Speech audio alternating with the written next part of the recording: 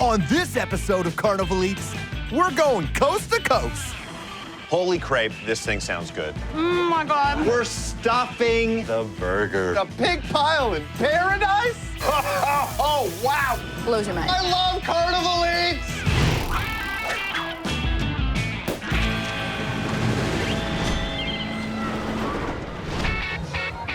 I'm Noah Cap, and this is Carnival Eats. Today, we're in Vancouver, British Columbia for the Pacific National Exhibition, also known as the PNE. Since 1910, over 750,000 people a year have been making the pilgrimage to sample all that the PNE has to offer. And for those fair devils who want something a little different, well, these vendors will not disappoint. Jason's worked concessions for 13 years and owns 11 trailers, serving up unique dishes like his Japanese hot dog. For this dish, he's taken all the elements of the French-Canadian classic poutine, fries, gravy, and cheese curds, and packed them into a patty to create the poutine stuffed burger. This looks incredible. Right? You excited? Oh, definitely. I like hamburgers, I like poutine. Why not put them together? I want to try the poutine part of the burger. Love poutine. Growing up, was this kind of always the plan? Did you have a passion for food? Were you involved in the kind of culinary world? Always. My parents are always been involved in restaurants, hotels, and stuff. And now I'm just creating crazy little dishes for everybody. All right, let's get this thing fired up. We have ground beef to start off with, and it's a 20-80 mix. Egg, panko, pepper, salt, and Worcestershire sauce. So we're mixing it all up. Beautiful. Next step, we got our burger press. So we're going two patties on this burger, burger, Jason, because We're stuffing we're it. stuffing. The burger. So we take gravy, we freeze it. The goal is when I bite into this, we've got hot, juicy, flowing gravy inside. And cheese.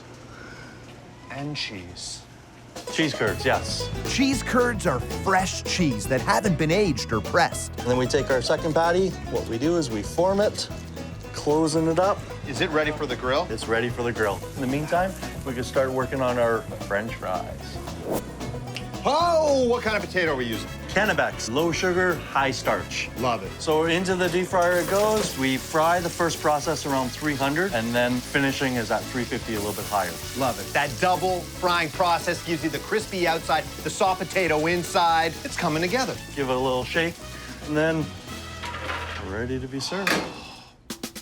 What's the order? First, lettuce, thick cut tomatoes, and then look at that. Here we go, laying the fries on top. On there. Well, now we hit it with more gravy. Gravy, and then there you go. And that is a poutine stuffed burger. Oh, yeah, man.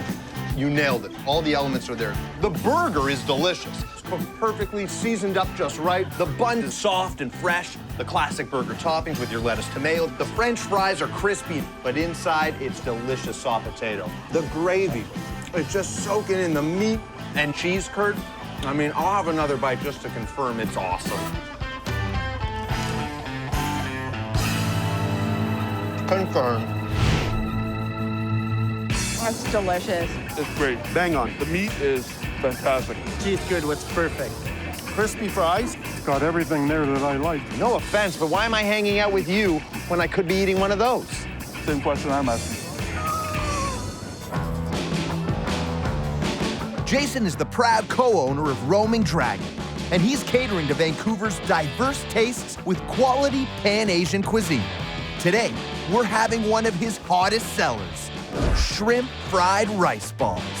Looks good. I'm so excited. You should be. Go for it. Vancouver's such a multicultural city, so diverse. So I would imagine that the response has been great on this. Yeah, it's been pretty cool. We've really tried to elevate street food to something more of a restaurant on wheels. So we're gonna start with some oil, bamboo strips, edamame, pickled mustard greens, mushrooms, and then pink shrimp. Beautiful. And then we're gonna sauce it. So rice wine vinegar. Don't mind the vinegar.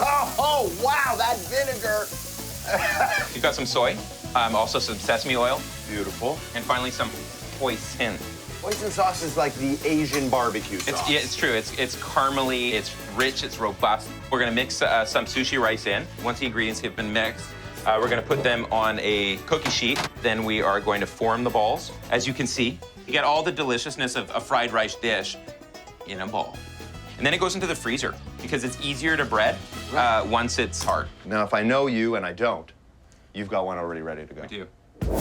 We're gonna take the frozen rice ball. We're gonna give it a little roll into the flour, the egg wash, and then it gets tossed into the panko and togarashi. This is a Japanese spice. So it has white pepper, black pepper, chili pepper, sesame seed, orange peel, ginger. We're gonna set them into the fryer. After 7 minutes in the fryer, these are golden brown, and we're ready to assemble the dish.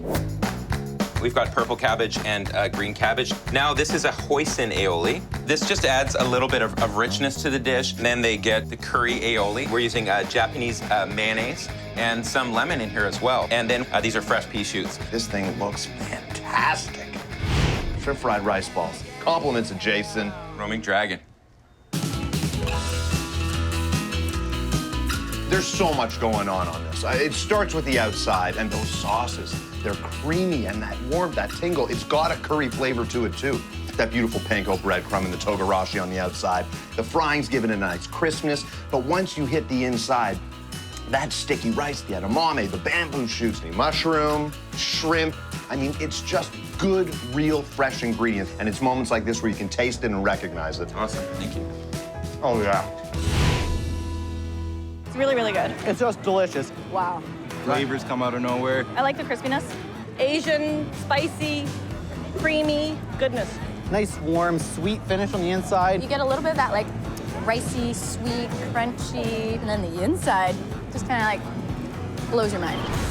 Welcome back. Vancouver is one of Canada's most diverse cities, and nowhere else captures the unique spirit of the people and this place like the PNE.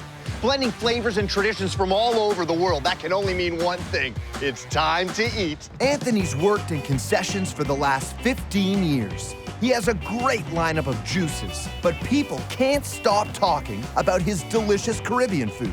So today, we're gonna try one of his original recipes. It's his jerk chicken dumplings. Jerk seasoning is a Jamaican blend that's traditionally used on pork and chicken.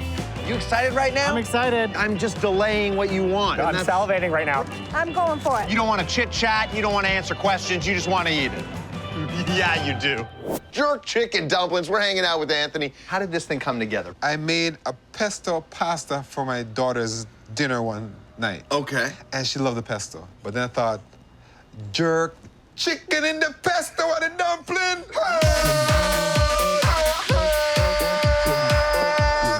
And that's the moment where you know you're onto something. What is the first step to making jerk chicken dumplings? The seasoning. We have some ginger, seasoned salt, pimento, smoked paprika, cane sugar, garlic powder, thyme, rosemary, some oil, and a Scotch bonnet pepper. The Scotch bonnet pepper is one of the hottest peppers in the world, and it's a staple in Caribbean cooking. So we're gonna cover this chicken. What part of the chicken are we looking at here? This is a chicken thigh. We get a pan, So we're going straight to the oven. right to the oven. 20 minutes, 350. Lucky for us, Anthony has one that's ready to go. I chopped the chicken, but I did not chop the dumpling. Okay, Bob Marley. Okay, I mean, come on, man. So we've got this chopped up, ready to go, which allows us to move on to the next step, which is The dumpling. the dumpling. Yes. Consist of flour, salt, yeast. Flatten out the dough, hit it with that pesto. Got Cheddar, mozzarella. Now we're adding in all that jerk chicken. I mean, come on, Anthony. We put 3 on a skewer, Into the fryer. maybe about 2 minutes max. Okay. And they're done. Oh, yeah. It's a smoked chipotle sauce. Beautiful. Now we're going with what? The sweet Thai chili sauce We got ourselves a hot, fresh order. of jerk chicken dumpling.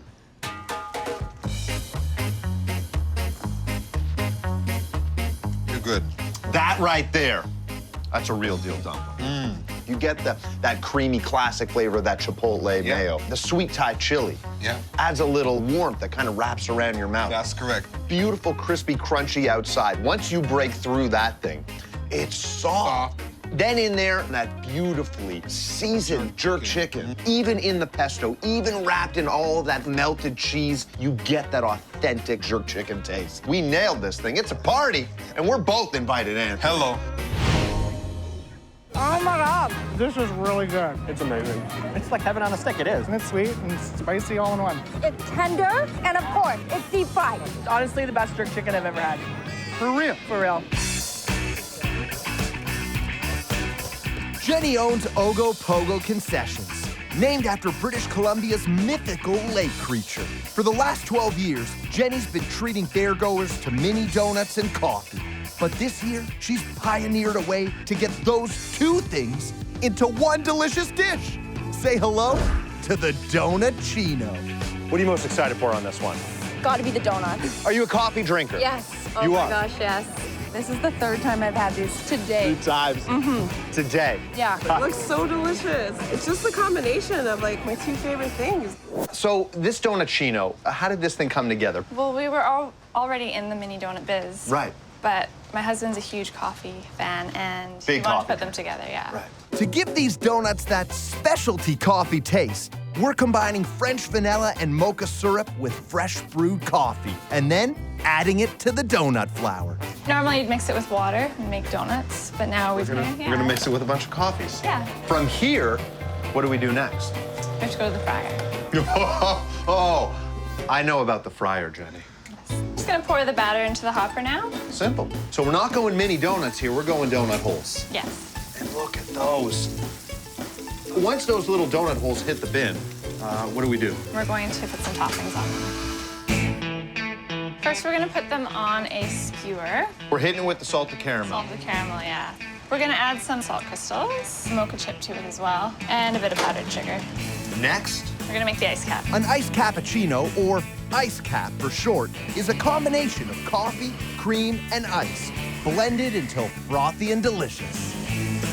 That's your... Oh, I love Carnival Eats! That is a Donut Chino. That's crazy. That has just nailed that authentic coffee taste. The sweetness of the donut, which is moist, it is soft, it is fluffy. The sweetness of those mocha chips play a beautiful balance off its chunks of salt, salted caramel. Ice cap's bang on. It's cold, it's refreshing. This is the ultimate new twist on the classic combination of coffee and donuts. Oh my God. Come on. Oh, it's really good. Delicious. Cat's pajamas. This is like coffee infused. Crispy on the outside and soft on the inside. Talk to me about the ice cap. Creamy, delicious. It's perfect. They mix really well. I think I just, found my new drink. Welcome back to Carnival Eats. And today we're in Maine, the Pine Tree State, for the Fryeburg Fair.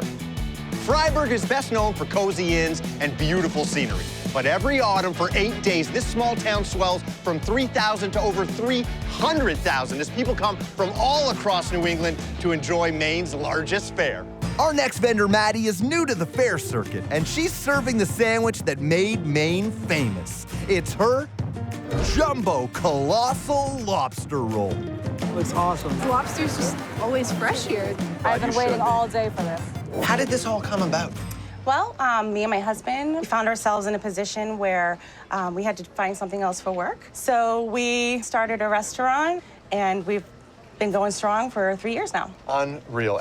Maddie, what is the first step to making the Jumbo Colossal Lobster Roll? Well, first we got to start with our specialty butter. It's called Maddie butter. We should start by grating some ginger. Now you want to add some butter. Now we're going to get some garlic in there. All right. And now, the sriracha. Gives it a lot more flavor, but it's not overpowering. So we're gonna mix this up, make sure that we've got a little bit of everything everywhere. Now that our Maddie butter is ready, it's time to soak the 1.5 pounds of lobster meat that goes into each sandwich. Look at that. Every piece now perfectly covered. Perfect. And then, it's assembly time. What's the order? How do you build this? A lot of places use hot dog rolls. We actually use a brioche roll. Toasty butter, so it's a little more upscale. We're gonna put a little lettuce on the inside. These are big pieces. Oh yes. Put a little chips right there. And voila! You got the Jumbo Colossal Lobster Roll. I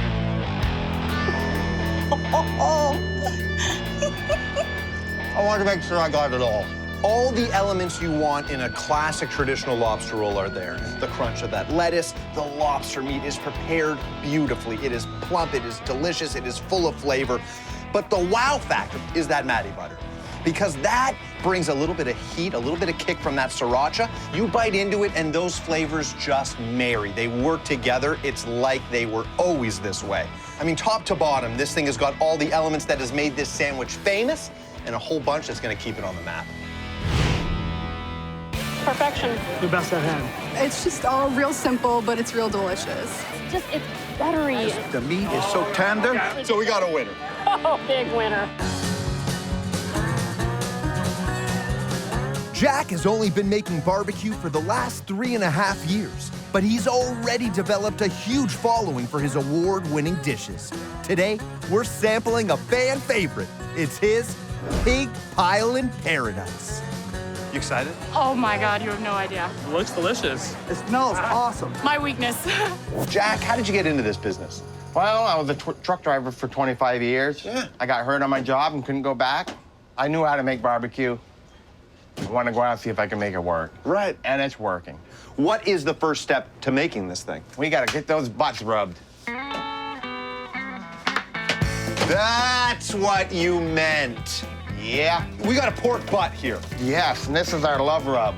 Paprika, brown sugar, bunch of stuff I can't tell you about. Pork butt is done, and now Jack's ribs get the same dry rub treatment. Jack, we're gonna grab these and we're heading to the smoker. Whoa. Oh! Butts will be in there for 8 to 10 hours, about 3 hours on the ribs. Of course, Jack has some that's ready to go. It just falls apart in your fingers. Oh, yeah. Look at this, beautiful. Where are we going from here? We're gonna go down and make some sweet, spicy chili vinegar. We're starting with vinegar. Brown sugar, garlic, crushed red pepper, kosher salt. While our sauce simmers, we're grabbing our fresh cut fries, and it's assembly time. Let's build this puppy. A little bit of that vinegar sauce, pulled pork, more of that vinegar. Now what? The grilled pineapple jalapeno relish. And give me the breakdown of what's in there. Pineapples, red onion, cilantro, ginger, lime juice. Jalapenos, I would imagine. Yes, a bit of red cabbage on there. And last but certainly not least. Oh, these award-winning ribs. Wow. That, ladies and gentlemen, that's a pig pile in paradise. Yeah. Nailed it. Everything's done perfect. The fries are crispy. That vinegar has a beautiful balance of the sweet and the spicy. The grilled pineapple jalapeno relish is a burst of bright, vibrant flavor. The pulled pork, it's soft, it's tender, it's juicy, it's been smoked just right. I don't need to see the award to know that that's an award-winning rib. Jack, congratulations, my man. This thing is awesome. Oh, man. Right? That's good. It's the best. Oh my God. It's tender and it's juicy. Oh, I can smell and taste the smoke.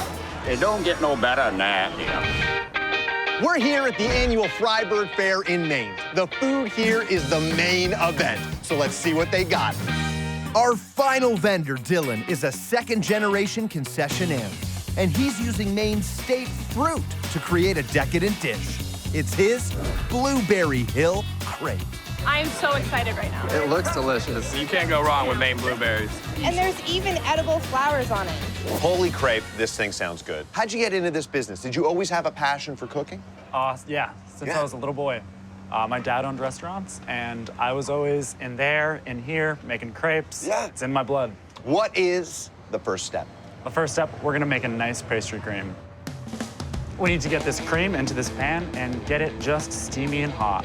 That is cream, vanilla, and some salt. Next, we're gonna get that mixing bowl over there. Egg yolks first. Then you can get flour, all of it right in. And then sugar right in. And we're just going to temper in a little bit of this mixture in. You can see that's nice and hot. You have to be really whisking this fast. You don't want those eggs to cook or scramble. That custard is setting. We're gonna set this aside, let it chill, and we're gonna make some crepe batter here. And I'm using this local organic Maine red wheat that has this beautiful golden flavor.